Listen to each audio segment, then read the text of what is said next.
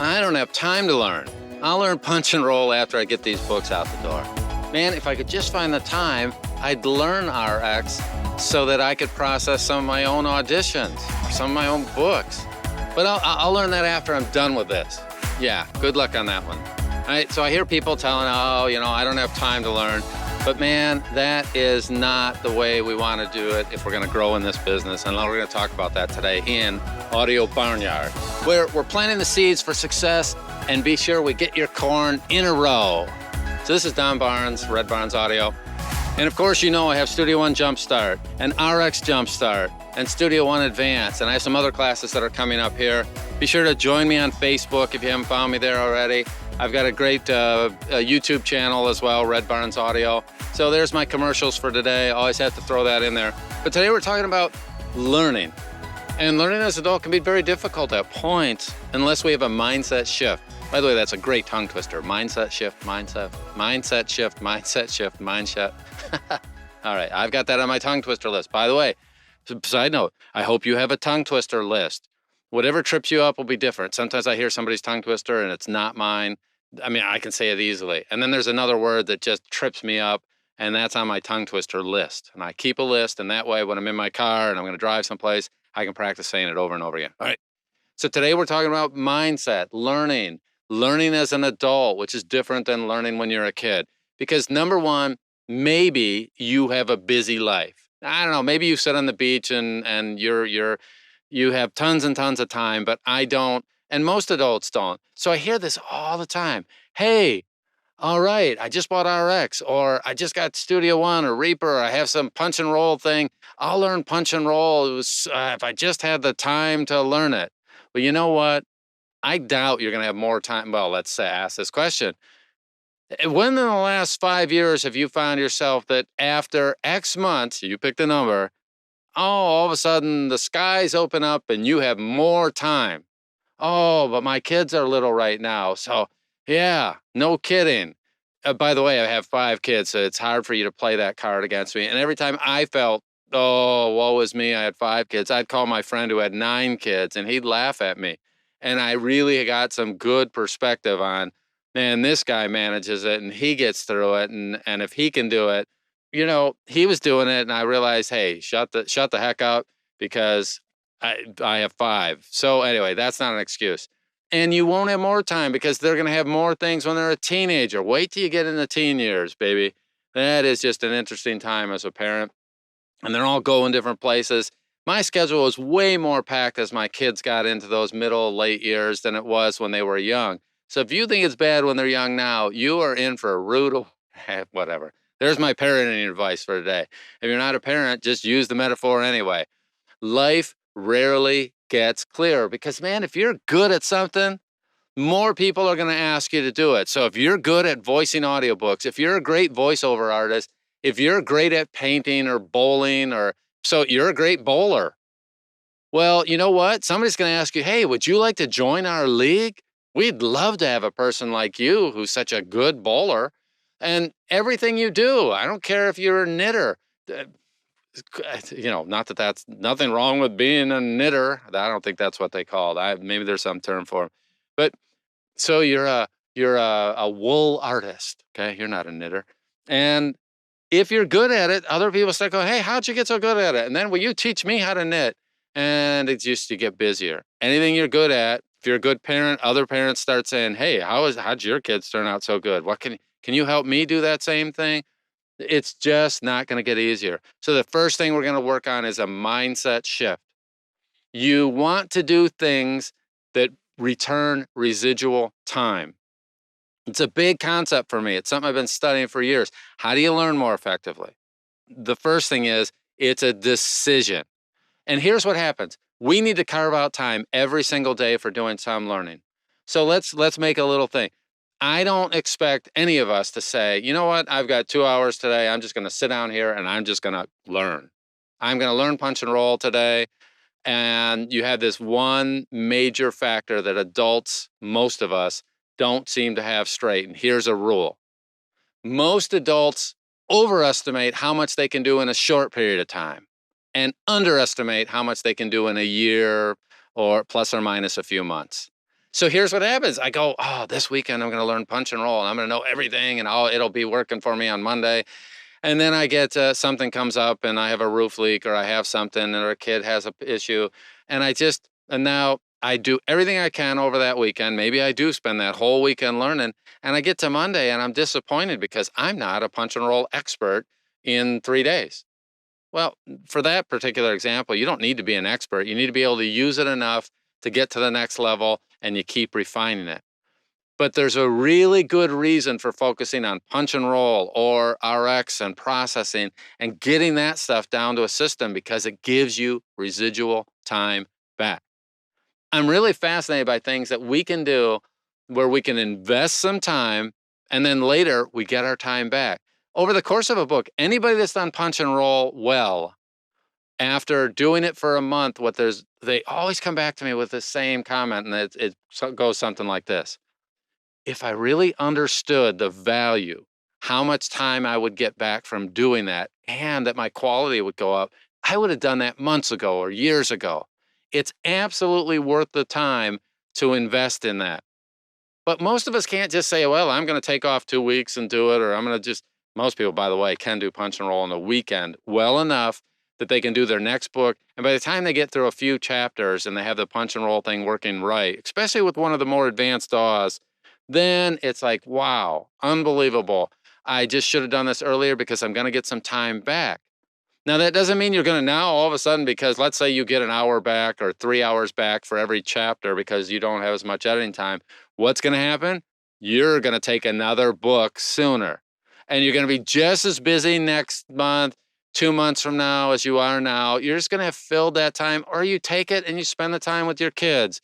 Or maybe with your significant other, you Netflix and chill a certain, amount of time because now you have some residual time. But you're not going to have more time 6 weeks from now, 6 months from now. Well, maybe you do. It's never happened for me that way.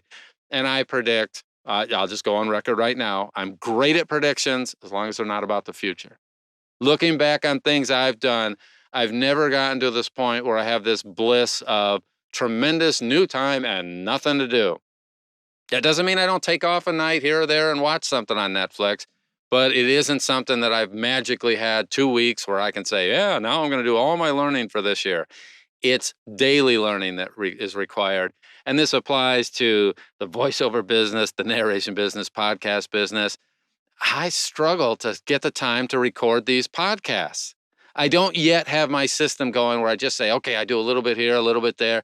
I don't have my system in place. So I'm investing in it. I'm working at it. I'm refining it every week and getting better and better at it. It's not there yet, but so what? So let's talk about adult learning. Number one, the first thing is you have to decide and know that it's worth it for what you're doing. Punch and roll is worth it. A product like RX is absolutely worth it because it returns time to you once you have it. Number two, it is a mindset and it gives you a competitive advantage. Imagine that you're putting out a book in, let's just say 3 weeks, and somebody else who's roughly the same, we'll pretend, in terms of their performance, but they're taking 4 weeks or 5 weeks to put out a book. Because if you have more effective processes than they do, so that your performance, let's pretend that they're equal, that's never the case, but so, a lot of rights holders could go with me, and there's 400 other voices they could use. Don's voice is not the magic voice that sells a book or a commercial. But you know what? If I'm good and I get it done on a timely basis, that timely basis is a big deal for a lot of people that can hire us. If you're putting out books faster, you get more books. You know what happens to the person that performs more because they have less busy work to do or peripheral work? They get better at performance sooner than me. If you have all this stuff down to a science for the stuff that you have to do, you get done sooner. You get someone else asking you to do their book because they like the way you voice this other book. And you get more practice at it. And that is a huge thing. So I have people that have waited like 2 years with Audacity. And then they called me and said, hey, I need to learn punch and roll. And all these people are using Studio One. So, gee, is it going to take me 3 weeks? No, it's going to take you a weekend. And then it's going to be a continual refinement over that. And are you going to get frustrated? Occasionally you will. The biggest frustration for adults is this. I know how to do it in my current thing, and I can do it in 5 minutes. I get with a new product, and all of a sudden, now it takes me 2 hours to do this one stupid thing that I could have had done in 5 minutes in my old product. But here's the thing, that's not residual.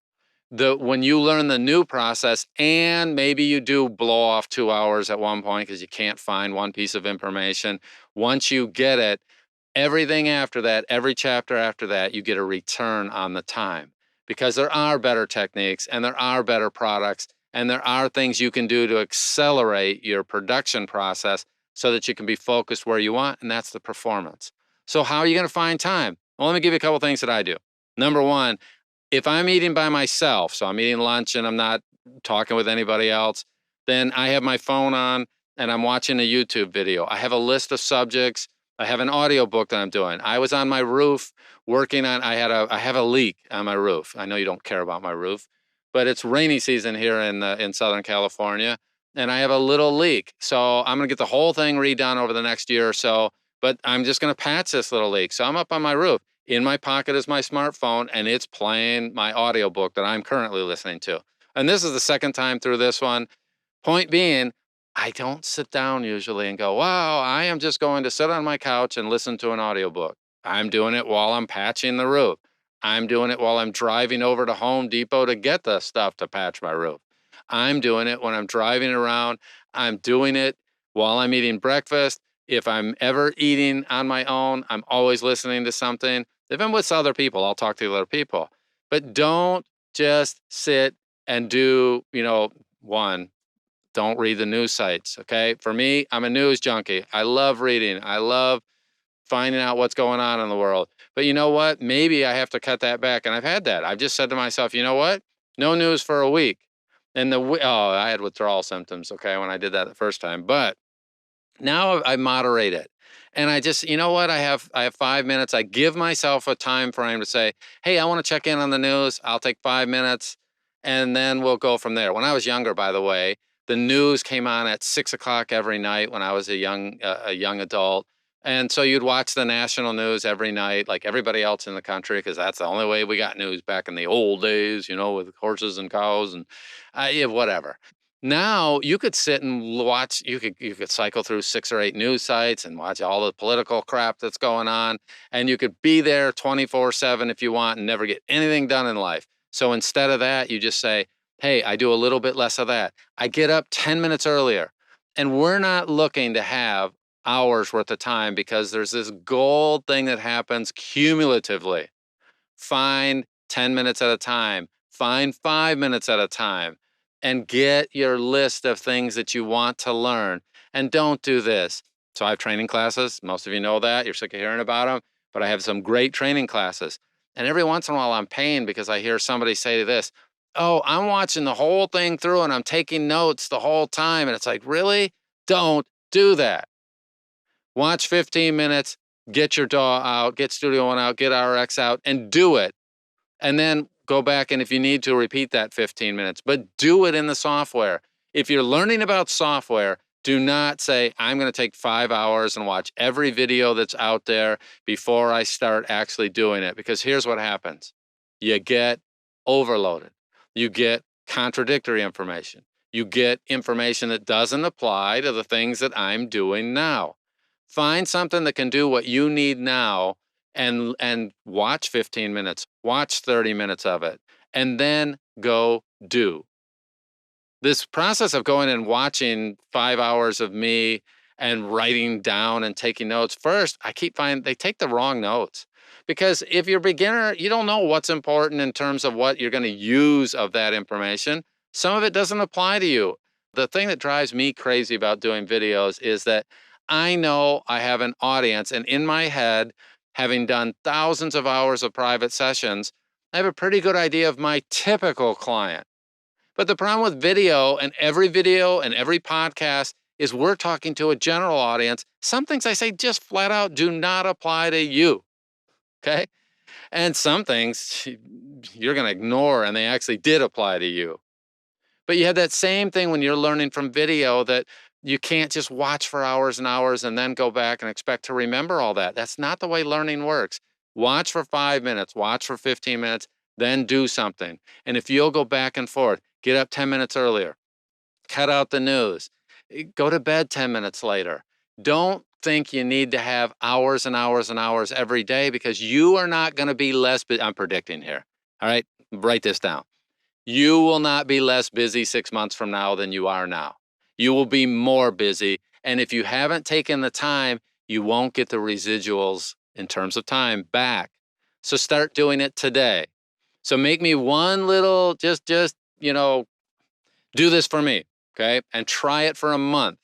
Every day you find 10 to 15 minutes of learning at a minimum. Figure out whether you can do it at lunch, do it at breakfast. Have a smartphone with you, take notes about things. Have a smartphone with you so that you can watch videos. Have an audiobook going if that's your thing, which, I'm doing all the time. Many of us are doing. Or a podcast that you're listening to. And it's okay to listen to some entertainment things. That's fine. We all need that.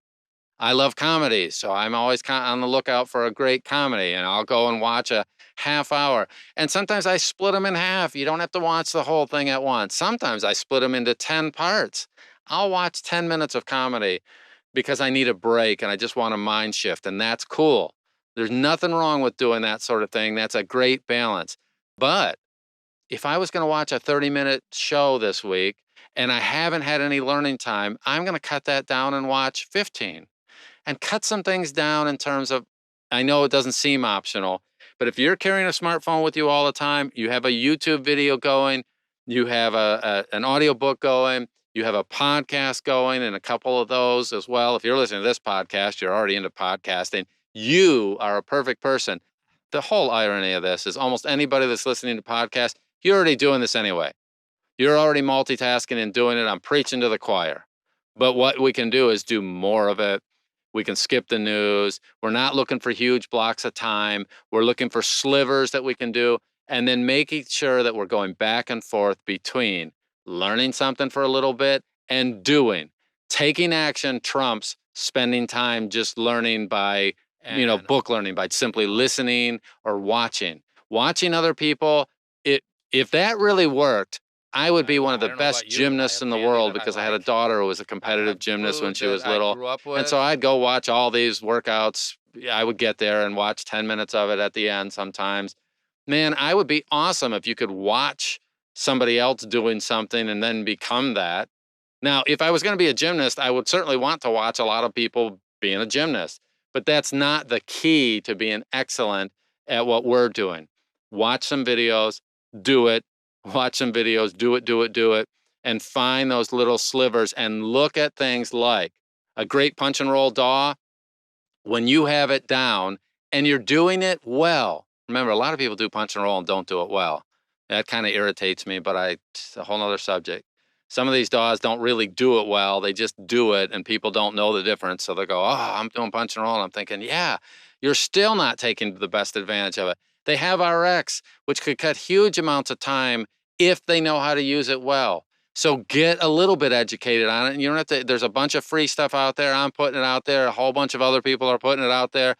But you know what? Not everyone learns well from video, me included. I take private lessons in all sorts of things and have for years, because then it's targeted. Then they're talking to me. And then I reinforce it with video and other things like that. So sometimes it might come down to, hey, I'll bet you use the restroom twice a day. Now, for decades, I've been reading in the restroom. Today, I take my smartphone, and every once in a while, I use that as my news time, because, that stuff's all crap anyway.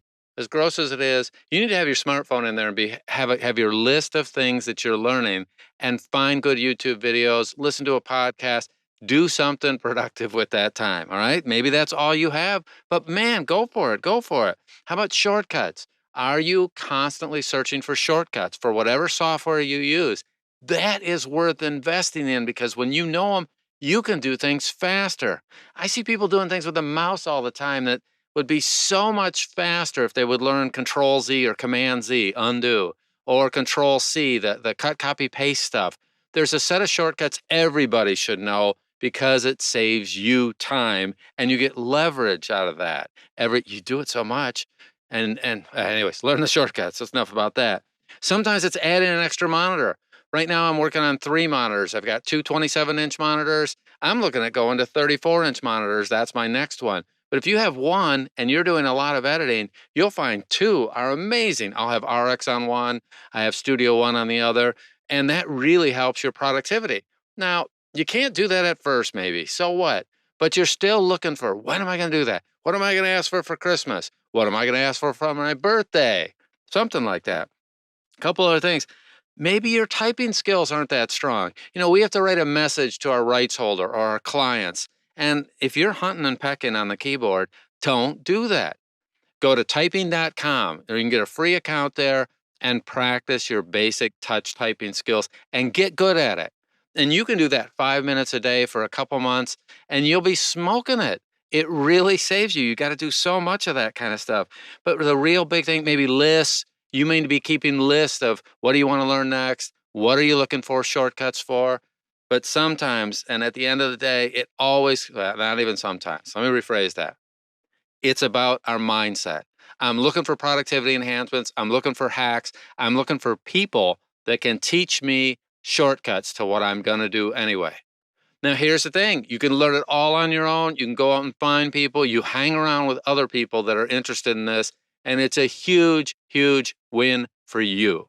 All right? So you don't have to do any of this stuff. But man, when you start stacking it up and you're doing 5 minutes here and 10 minutes there and 50, and your mindset is, I'm going to find something this week. I'm going to find something today. I'm going to find something this month to cut the time it takes me to produce these books. So I have more time performing, more time with my kids, make more money in less time, which gives me additional options as well. So there's so many things. I can't outline all of them at once, but once we make the mindset shift to, I don't know how I'm going to do it today, but I'm going to find a way to learn and find a way to be more productive with whatever I'm doing. I can't say I'm not going to learn. I can't even say I don't have the time to learn. I have to find the time. But when I do, I get a return on that time. And that's the big critical difference. Remember, you have competitors out there that are saying, I can learn. So you need to be on that same train that they are. And really, my goal is to be faster than everybody else out there. It's not about saying I'm going to do all my learning this week or next week. It's about getting in the habit of learning a little bit each day and allowing the cumulative effect to make you much, much more productive.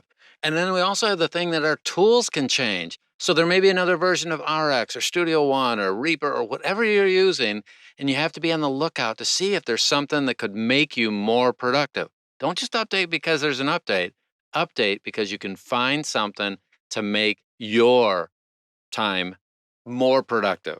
Doing it, keep doing it, keep doing it. And almost anything we can do can be improved. So let's get our heads straight. It's mostly first, our mindset is, I'm a learner.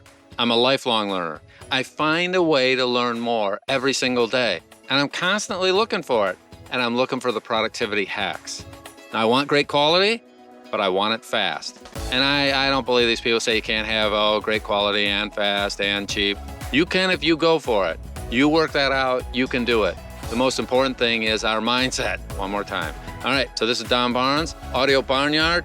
And if you like this and it's helping you, be sure to give it a great review on iTunes. You just cannot believe how much that helps the podcast. Be sure to check out X1 Jumpstart, RX Jumpstart, and then, of course, I look forward to seeing you in the next episode and on the wires. Talk to you later. Bye.